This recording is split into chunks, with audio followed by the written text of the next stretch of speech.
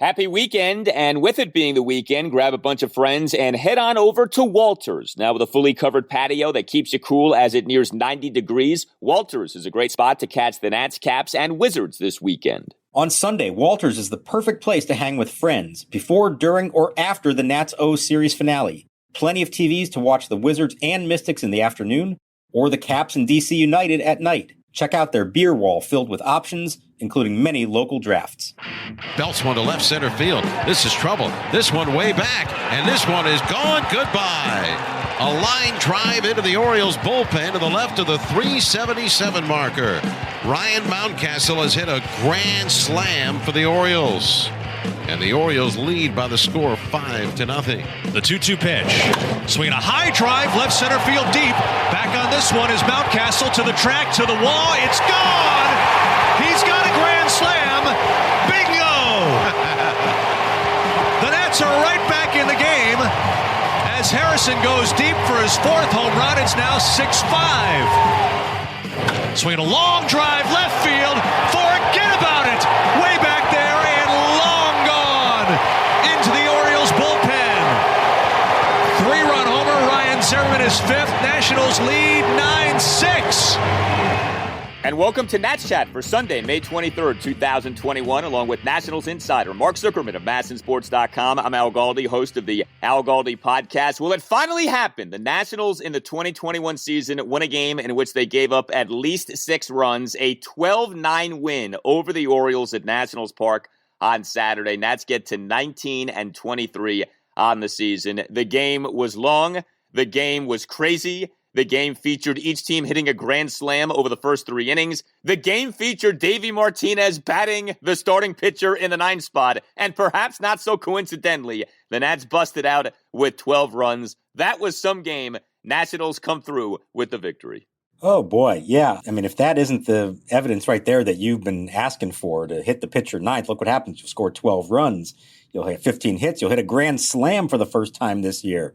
Can we start with the bases loaded numbers? Because we've mentioned this when things were awful. Let's finally give them a little credit. Thanks to Josh Harrison's grand slam, the Nationals are now 7 for 42 with 1 home run with the bases loaded this season. Good for them for that. We also have to point out, though, that their opponents with the bases loaded are now 14 for 39 with 6 home runs with the bases loaded. 6 grand slams they've already given up, only 3 less than the franchise record, the club record, for a full season. So that is not good. But they at least proved that they could do it themselves. They are capable of winning a game like this. They hadn't won a game anything at all like this season.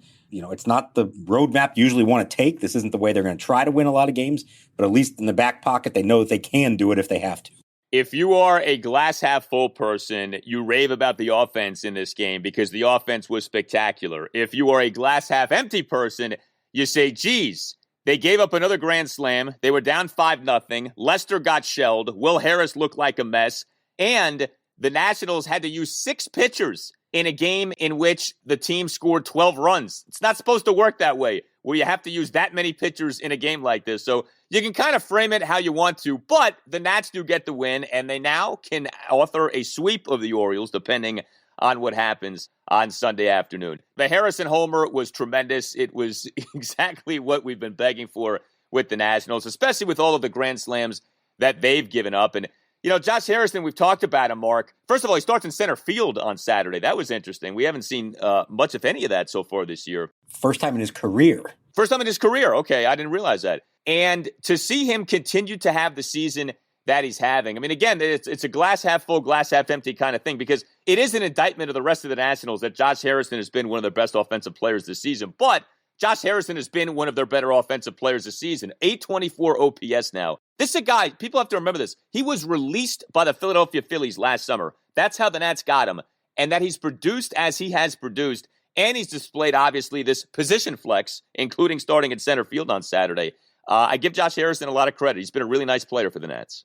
So he's had a little chip on his shoulder since the Phillies released him. And I think he's saying, hang on, guys. Remember the player that I was for the Pirates for a while. He's been an all-star. He's been a good, solid player before on good teams. I mean, he was a big part of those Pirate teams that made the playoffs 3 years in a row. They dealt with some injuries. And that kind of took him off the radar map here for a couple of years. And now he's in his 30s. The Phillies didn't have a spot for him, and he gets released right before opening day last summer, the shortened season. He's driving home to Cincinnati with his family, waiting to see if he's going to get an offer, maybe a minor league offer from somebody. He's literally 20 minutes from his front door in Cincinnati when he gets the call from his agent saying the Nationals want you. They want you on a big league deal. Can you get to D.C.? So he drops the family off in Cincinnati, gets back in the car, drives to D.C., and joins them a day or two later. And he has become an important part of this team. Now, maybe in a perfect world, he's not playing every day for you and batting sixth or even fifth at times. Maybe in a perfect world, he is bouncing around more, playing center field on occasion, playing left field, coming off the bench. But for now, this is what they have. This is what they need. And he is delivering for them. And that's been very valuable to this team. I also would say he's number 2 on the Nationals in charisma. I don't know that anyone can surpass Juan Soto. I mean, when a guy makes grabbing your crotch cool, you know the guy's got charisma. So I think Soto's got that number 1 spot. But Harrison, to me, is number 2. He is a fun player. He looks like he's having fun when he's on the field. He's got a little bit of swagger to him. You could tell a little bit of attitude to him. He's cool to watch. Like, he comes off like someone who genuinely enjoys playing the sport of baseball, and he believes in himself. And good for him. He should believe in himself with the season he's had so far. Yeah, the key word there is genuine. It's not an act with him. You can tell that this is who he is. It's authentic, and his teammates love it. He rubs off on them. They like that kind of guy. He's a spark plug. Pick your term for it, but they do like it a lot. And, it's funny, like if he had been a member of the 2019 team, I feel like he would have been a little bit of a cult hero. Like, that's the kind of player he can be on a really good team. Unfortunately, they're asking him to take on an even bigger role with this team. We'll see where it all goes in the end. But very popular among teammates and respected because here's a 33-year-old who's had a nice, solid career, is willing to do whatever they ask of him. Like I said, he played center field for the first time. He had done it in one other official game his first year in the minor leagues with the Cubs, like 13 years ago. Now, he did it in spring training, so he's been preparing for this possibility. But he's been more than happy to do it, to offer it, and the right situation came up against a lefty. Obviously, Victor Robles is hurt right now, so it made sense to do it. And he didn't really get tested out there much, but it worked out fine. And that you need guys like that who don't have the ego and are willing to do whatever's asked of you, always have a smile on their face. That stuff makes a difference over a long season. Hey guys, Al Galdi here to tell you about FanDuel. I'm so excited that we have baseball. There's nothing like watching a game with great weather, a cold drink, and a little action on FanDuel Sportsbook. If you've never bet on baseball before, now's actually the perfect time to give that a shot because FanDuel is letting new users swing for the fences risk-free. You'll get up to $1,000 back if your first bet doesn't win, and once you have an account, you can get up to $25 back each day if your same-game parlay bet falls one leg short. This way you can combine multiple baseball bets for an even bigger win all season long. Do or die for the Capitals on Sunday evening, home to the Boston Bruins at 7, down 3-1 in the first round of the Stanley Cup playoffs. Peter Laviolette on Saturday saying there's no room for the weak in the playoffs. The Capitals can't be weak again. I say play the Caps. There's a reason that FanDuel Sportsbook is America's #1 sportsbook. The app is simple to use. They've got great odds in all different betting markets, unique fun bet types like same-game parlay and always-on promotions that let you get more action out of every game day. And when you win, FanDuel will pay you your winnings in as little as 24 hours. Just download the FanDuel Sportsbook app and sign up with promo code CHAT to get in on the action. 21 plus and present, Colorado, Iowa, Illinois, Indiana, Michigan, New Jersey, Pennsylvania, Tennessee, or West Virginia. First on my real money wager, only for risk-free bet. Refund issued as non-withdrawable site. Credit that expires in 7 days. Restrictions apply. See terms at sportsbook.fanduel.com. Gambling problem? Call 1-800-522-4700 in Colorado. 1-800-BETS-OFF in Iowa.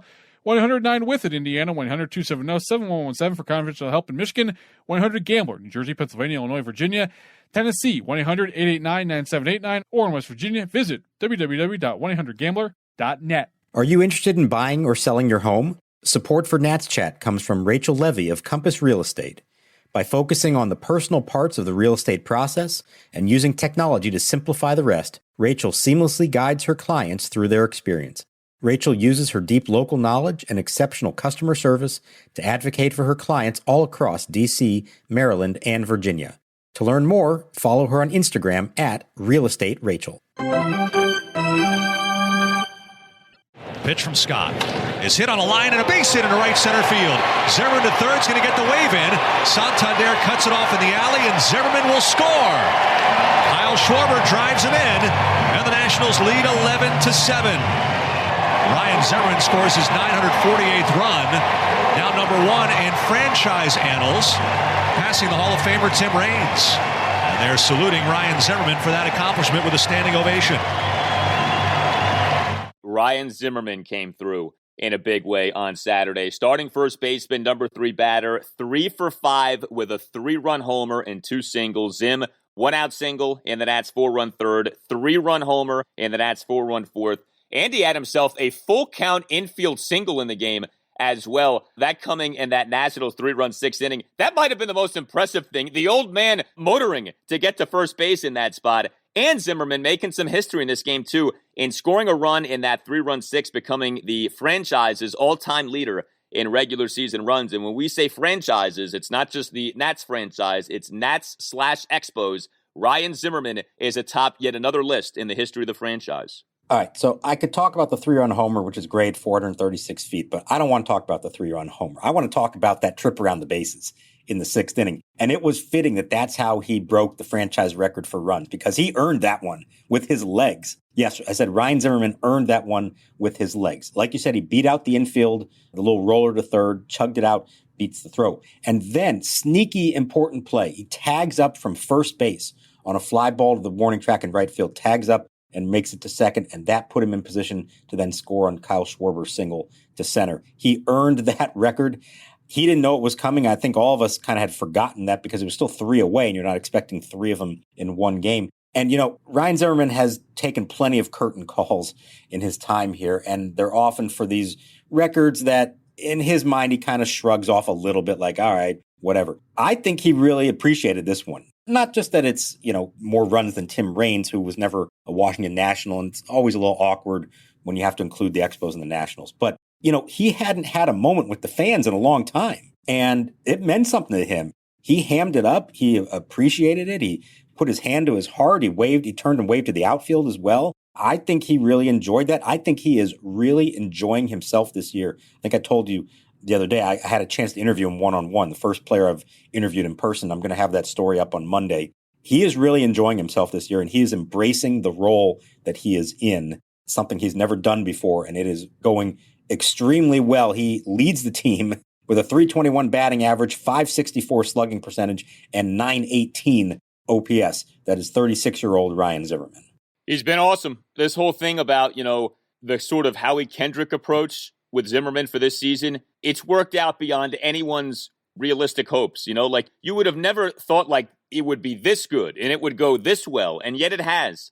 It's been a weird season for the Nationals in so many ways, but the fact that Zimmerman, first of all, he stayed healthy so far, which has been nice, and obviously the lack of playing time has had something to do with that, but that he has been this productive. I mean, in terms of plate appearance per plate appearance, you could argue he's been their best hitter this season, not Trey Turner, and Trey Turner's having a very good year. But Zimmerman, like, plate appearance per plate appearance, has brought it. Those numbers really are jaw-dropping. I mean, .564 slugging for Zimmerman on the season right now. It's a tremendous job by him. You know, it's funny. He said in a post-game interview on Masson he did not know about the record at all until he was told about it. I believe that. I don't know that he's necessarily tracking where he ranks among, you know, all-time Nationals and Expos players with runs. But good for him to get an honor like that. And, you know, seeing curtain calls, I don't know that I will ever view curtain calls the same way. Off what we've all been through the last year, I want to see as many curtain calls as possible this season. I'm with you. I can tell you these last 2 days, there's been an energy in the crowd. I mean, part of it's that it's a larger crowd. They had 15,000 for this game, the biggest of the season. But you can tell just how everybody's appreciating this. I hope it lasts all year long, especially as the crowds get bigger over the summer. Everybody's been waiting for this. The players have been waiting for it, and you hear them talking about it makes a difference. And, you know, I'll be interested, too, to see, does it make a difference on the field as they're starting to get into these moments where the crowd is hyping them up and they're feeding off that? You've heard more than one of them talk about that and use that as a reason for maybe why last year that they struggled at times because they just couldn't provide their own energy. So I'll be interested to see how that plays out this year. And I do think it matters to them. The fans are loving it. It's been, the first 2 games of the series have been a lot of fun. This has felt like the closest thing we've had is a return to normalcy since 2019. It's been really enjoyable. So a really good game for Josh Harrison, really good game for Ryan Zimmerman. Trey Turner did have another good game, 2 for 5 with an RBI double and a single. Juan Soto had himself a good game. He went 2 for 4, had himself a double, a single, and a walk. Kyle Schwarber had a nice game, couple of singles and a walk. And yes, the pitcher did bat ninth. Jordy Mercer was the number 8 batter. Shows you the power, the influence of Jordy Mercer, that he was the number 8 batter and Jon Lester was ninth. Here's a simple question. Was this a matchup thing, just a one-day thing, or do you think maybe, just maybe, Davey Martinez, as a loyal listener to the Nats Chat podcast, has finally gotten off of the pitcher batting 8th in the lineup? So what I would say is I think his reason for doing it in this game was a matchup thing, and they're facing a lefty. They don't have Victor Robles, who we should point out an MRI did officially diagnose him with an ankle sprain. It's kind of getting better, but not all the way back yet. I think Sunday's the key day. If he's not ready to play on Sunday, I think they're going to place him on the injured list because they can backdate it 3 days so they wouldn't lose any time and then be able to get him back maybe a week from now. So watch for that on Sunday. So with Robles not able to play and Stevenson, you don't want to start against a lefty in Bruce Zimmerman. So now this is why Josh Harrison was in center field for the first time in his career, which then puts Jordy Mercer at second. Long way of saying they didn't have that quote-unquote second leadoff hitter, the speedy guy that Davey liked. So I think that was the reason he didn't do it. Now, having said that, as we've pointed out before, Davey Martinez, he's not superstitious, but as he says, he's a little stitious. And when you score 12 runs with this lineup, you better believe he's going to do something similar on Sunday. He's not going to shake it all up again. Of course not. He knows better than to tempt the baseball gods like that. So we may see the pitcher, I think it's Corbin on Sunday, hitting 9th. And if they have another good game, maybe that'll be the end of it. And Al Galdi can breathe a sigh of relief. We don't have to watch the pitcher hit 8th, maybe ever again, if this is the last year for pitchers hitting. By the way, that line that Davey said, how he's a little stitious, that's one of the great lines Davey has ever had. That was hysterical. I think he stole it from Michael Scott on The Office. Oh, he did? We'll give it to Davey, but I think it's a Michael Scott. That does sound like a Michael Scott line. I'm not superstitious, but I am a little stitious. One more on the offense. So look, the Orioles are horrible, okay? The Orioles are a tanking team. The front office is not trying to win, hasn't been trying to win for years. And the Orioles, to their credit, have replenished their farm system. We'll see if it all ends up working out or not. But Bruce Zimmerman has been a mess so far this year. Adam Pletko, Tanner Scott, the Nationals off those 3 Orioles pitchers on Saturday scored 12 runs in 6 innings. If you're trying to be objective about this, is it okay to feel great about what the Nats did, or do you have to sort of take it down a notch just because the Orioles are so bad from a pitching perspective? I think you have to consider who you're facing, yes, and that is part of the equation. Would they have done the same thing if they were facing Jacob deGrom in the Mets bullpen today? Probably not, but here's the thing. They don't need to score 12 runs every game. How about, 6 every once in a while would be nice. Maybe you can do that against a more formidable opponent. So I think what it does is at least takes a little pressure off them. Okay, they finally got the big hit with the bases loaded. They finally strung together some hits with runners in scoring position. Maybe that does allow them to relax the next time they're in that spot against a different opponent. No, you don't want to read too much into this game against the teams they're playing, but they all count the same. And they're doing what you're supposed to do against a rebuilding team like the Orioles. And that's important because we know how much of a grind the NL East games are going to be all year long. So take advantage of the ones when you get the chance to face a team like this. Yes, and, I've gotten on the Nats when they have not done well, not busted out against bad pitching. The Nats busted out against bad pitching on Saturday. So give them credit. Like you said, the Nats did as, in theory, a good offense should do when facing a really bad pitching staff. So that was the good for the Nationals on Saturday. There was, though, bad. This was a wild game, and the Nationals were down 5-0 at the end of the first inning, thanks to Jon Lester struggling big time for a second consecutive start. 6 runs in 4 innings on 5 hits, which were a grand slam, 2 doubles and 2 singles, 3 walks, 4 strikeouts. He threw 79 pitches over the 4 innings, and it, in so many ways, was about that top of the first. A disastrous 5-run top of the first for Jon Lester. Gives up a leadoff single to Cedric Mullins, RBI double to Freddie Galvis, 5-pitch walk to Trey Mancini, and 11-pitch walk to Anthony Santander. He had, Lester did, Santander down at 1.12, ends up walking him on 11 pitches, and then came the biggest blow, 2-out grand slam by Ryan Mountcastle. Now, what was so odd about that inning was that Lester recorded back-to-back strikeouts of the ex-Nat Pedro Severino and Michael Franco on 7 pitches. So you felt like maybe John's going to get out of this thing. And then came the grand slam by Mountcastle, who is a highly regarded prospect, but has not been very good so far this year. Then Lester gives up another run in the top of the third, 1-out double by Santander on a 1-2 pitch, 1-out single by Severino on a 1-2 pitch. And then he ended up walking, Lester did, Franco. So, Lester, he looked good over his first 3 starts, all things considered. Last 2 starts, though, now have not gone so well. No, they haven't. And I think the theme here, I think 2 things. One is, as we've seen, if he doesn't get the ball down, and I mean way down, he is susceptible to the home run, especially on a warm day where the ball is going to travel. The home run pitch was just on a platter for Mountcastle. So that's problem number 1. Problem number 2, you can't give away free bases. He walked the back-to-back hitters. And I get they're good hitters, and it was a nice at-bat by Santander to foul all those off, but you got to be able to put someone away and make them earn their way on and not just, issue the walk. So that was troubling. Now, you want to take the glass half full approach here. I'm not trying to say this was a very good outing, but Davey Martinez mentioned this, that at the end of that inning, he's thrown 36 pitches in the first inning, down 5-0, and he could have kind of folded the tent over at that point, and he didn't. 1-2-3 second, he gave up the run in the third, a 1-2-3 fourth. He gave him whatever he had at that point, and Davey appreciated that from him, and he thinks that is what makes Lester the competitor that he is. Now, Jon wasn't taking any satisfaction in it in the end. He knows he's got to be better than this. But in what could have been an absolute meltdown of a start, in which he was asking the bullpen now to give him 7 or 8 innings, he at least got through 4 on 79 pitches and made it a little bit less of a workload for the bullpen. On the long run, that's not going to work. That's not going to do it for them.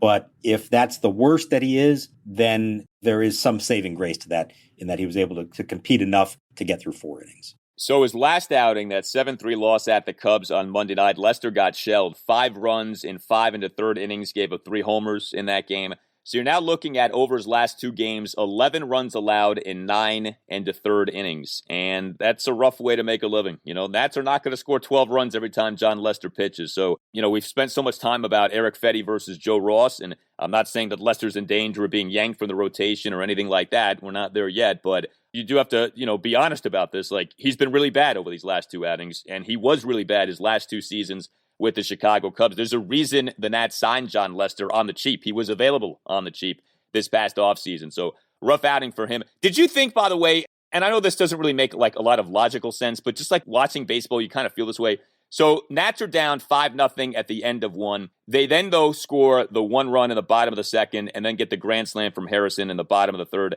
It almost felt like a new game for Jon Lester, that maybe they would kind of just let him be out there longer.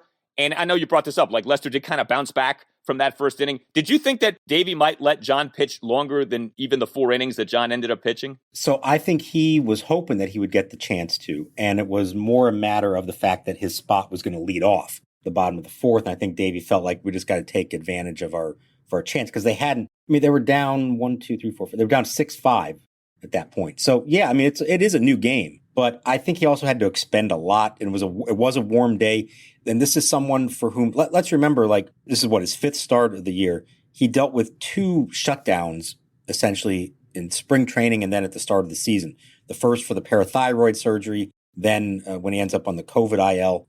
You could argue that he's still building his way back up to this. And he should get there soon enough. It shouldn't be an issue much longer. But I think Davey's probably thinking, we don't need to push it here. Let's put a hitter up there, try to take the lead in the 4th inning, and think big picture here with Jon Lester. It would have been okay to try to push it, extend it a little farther, but let's say he does struggle in the 5th. I think it changes the tone of the outing. And at least this way, by pulling him, he had a nice 1, 2, 3, 4th inning.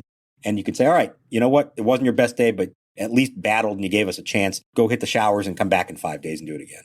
So the Nats scored 12 runs from the 2nd inning through the 6th inning, but end up having to use 5 relievers. This was one of the shames of the game. You score 12 runs, you should not have to use 5 relievers, and yet the Nats did. This was another game in which the Nats bullpen gave up some runs. This has become kind of a disturbing trend where, it feels like game in, game out, the bullpen is good for at least a couple of runs to be allowed. Austin Voth gave up a run over 2 innings, gave up his run top of the 5th, 2-out first pitch solo homer by Anthony Santander. Kyle Finnegan did toss a scoreless top of the 7th.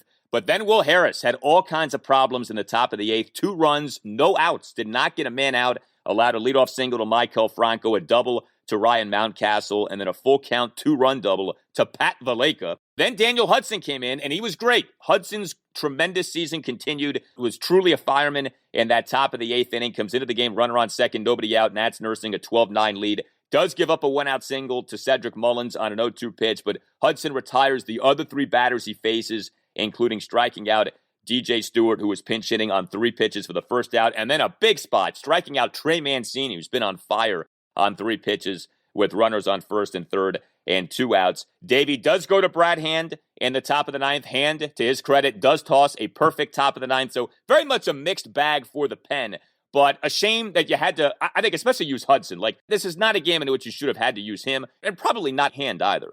No, and I don't think that was the intention. I think when he put Will Harris on the mound, and at that point they're up 5 runs with 2 innings to go, you're thinking, all right, give me 1 inning out of Harris, and then somebody else, Sam Clay, Paolo Espino, somebody else can pitch the 9th, and let's go home and save Hudson a hand for tomorrow. And unfortunately, he couldn't do that. And you saw he had to get Hudson warming up quick because Will Harris clearly didn't have it again.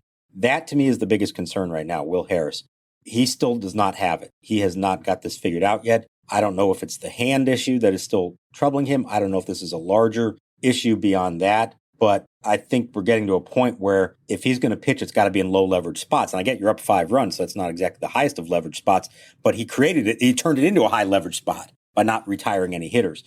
That, to me, is one they're going to have to figure out here soon. And can they afford to keep putting him out there in meaningful situations? And if not, can you afford to use a bullpen spot on him? Because there's a domino effect on the others. You're going to burn out Daniel Hudson, who has been fantastic, if you keep letting that go. Now, the other part of this was Davey talked before the game about Brad Hand and about why he wants to leave him in that role moving forward. They know that there are some things they have to figure out. They feel like it's, mechanics. It's not physical. He feels fine. The velocity is fine. That they think there's some reasons why maybe he's not as sharp and keeping the ball down the zone and all that. And he was much better in this game. But one of the reasons Davey pointed out why he wants to stick with Hand there is that he understands Daniel Hudson's value as the fireman. And yeah, you ideally want your best reliever to pitch the 9th inning. But as we've always pointed out, sometimes the most important outs come in the 7th or the 8th. And that's a real luxury to have a guy that you can call on to get yourself out of a jam earlier in the game. And so for everybody who's saying Daniel Hudson should close, it's not going to happen because I think they believe he is more valuable to them as the fireman, as the setup man. Now, ultimately, if Brad Hand can't figure it out, somebody's got to close. But for now, they're going to keep giving him chances and trust that Hudson can get the big outs before they ever get to that point. Does it have to be, though, that someone is the closer? Like, can't he just kind of use guys as he sees fit in a given game? Like, if the highest leverage spot happens to be in the 8th, then you use Hudson there. If it doesn't, then maybe you use Hand there. Like, does it have to be that one guy's the closer and one guy's the 8th inning guy? So here's the thing, Al. You and I and many fans will always look at this and say, why does it matter? Put your best guy out in the best spots. And philosophically, yes, of course, that makes sense and it's the way it should be. What I can tell you from having talked to enough managers and relievers along the way is roles are important to them because it helps them prepare over the course of a game for when they're going to be used. You don't just get the phone call and you're on the mound. Like there is a system to it, and studying the game as it's playing out and preparing for when your time is going to come. And remember, there's warm-ups involved, and you don't want to warm up a guy and then have to shut him down because the right situation didn't arise. So all of those things, for whatever reason, most of them feel like they are better off when they know what their role is going to be in advance. Every once in a while, you can do it. Certainly at the end of a season when everything is magnified and the games really matter, yeah, you start doing that kind of stuff a little bit more. But when you're trying to manage a bullpen through a full season, everybody in the sport, for the most part, will tell you that it's important to have more defined roles, that if you don't do it that way, you're going to burn guys out, you're going to misuse them, they're not going to be as effective. I don't know. It would be interesting to see a team just go for broke with that and see how it worked. I know some teams try it here and there, but most people in baseball still feel like this is the way to do it. Yeah, I mean, I think we see this in sports a lot, right? Things have always been done a certain way, so they have to be done that way. Pitchers are conditioned to think a certain way. I think there's an element to this of like a self-limiting belief of like, if you're a pitcher and like you feel like you have to have a role, then if you don't have a role, you're like, oh my God, what do I do? I think a lot of these guys would be better at this without roles than they think they would be. In other words, like they may think they have to have a role. Maybe they don't. You know, I think a lot of this just has to do with like the way they've been conditioned and brought up. Like, if you really tried to start this at the minor league level as an organization, I really feel like you could do it the way I just talked about. But obviously, with especially older relievers, you know, they're kind of set in their ways and, they're used to certain things. And there is still that culture in baseball, as much as analytics have taken over. There still is this thing of like, no, this is the way we do it and this is the way we set it up. So It's interesting, though, to me, because Hudson, as we all know, has been their best reliever. I think about Hudson. This is his age 34 season. And if he does end up encountering arm fatigue or any kind of an injury, this game on Saturday is the kind of game we're going to look back on of you scored 12 runs against the lowly Orioles, and you had to use Daniel Hudson. It's outings like this that he should not have to be making, and yet he did because Will Harris struggled, like you said. The other thing I'd say is Austin Voth, the carriage may be turning back into a pumpkin for him. He's had a few, if not bad outings and mixed outings here lately. And, we were talking him up as maybe being a high leverage guy. I don't know about that now. He's had some rocky outings, 3 of his last 4 appearances. So I think that's something to start tracking as well, where he's at. Yeah, and I think it's a couple of things. He's given up some long balls for one, but when you're learning how to be a reliever for the first time and you've been a starter your whole life, it's a different life. It's a different thing. It's a different thing for preparation. It's a different way to keep your arm in shape. And maybe when he's pitching, I haven't looked at the numbers, how many days it's been, but like if you're pitching for the 3rd time in 7 days and you've never done that before, this is a new thing for him, and it's going to take time to learn how to do that. And because he's been good and because others have not, maybe Davey has felt like he's needed to use him in certain spots and not be able to ease him into these roles as much as you want. And, the other part of it is teams start getting scouting reports and they start figuring out, okay, we knew what he was as a starter. Well, how's he pitching as a reliever? Okay, he's coming out firing with fastballs and breaking balls and not throwing a lot else. Okay, well, now they know what to look for. So there is an adjustment period here. I wouldn't give up on him altogether, but I do think we have to be careful not to just say, oh, he was great in April, therefore he is the new 7th inning guy. It doesn't work like that. It does take some time to get used to these roles and for your arm and your body to get used to pitching like this with a workload you've never had before. Yeah, Voth now has given up 4 runs in 6 innings over his last 4 appearances. He's allowed 3 home runs over his last 4 appearances. Hey, Nat Chat listeners, Tim Shover's here to tell you about Sunday Scaries CBD gummies. If you've been listening to this podcast and you know for well over a month, I've been telling you every single day about this. And let me tell you, it has helped me with sleep so much. Due to this podcast schedule, my sleep hours are a little unusual to say the least, but Sunday Scaries has saved the day for me in 2021. If you want some yourself, go to the website, sundayscaries.com. They got plenty of options for you. Check out their products. They have gummies, oil, candy, bath bombs, so much more. Check it out. And Nat Chat Podcast has you covered as well for your first order. When you go to checkout, type in the promo code NATSChat. Again, the promo code NATSChat to save 25% off your first order.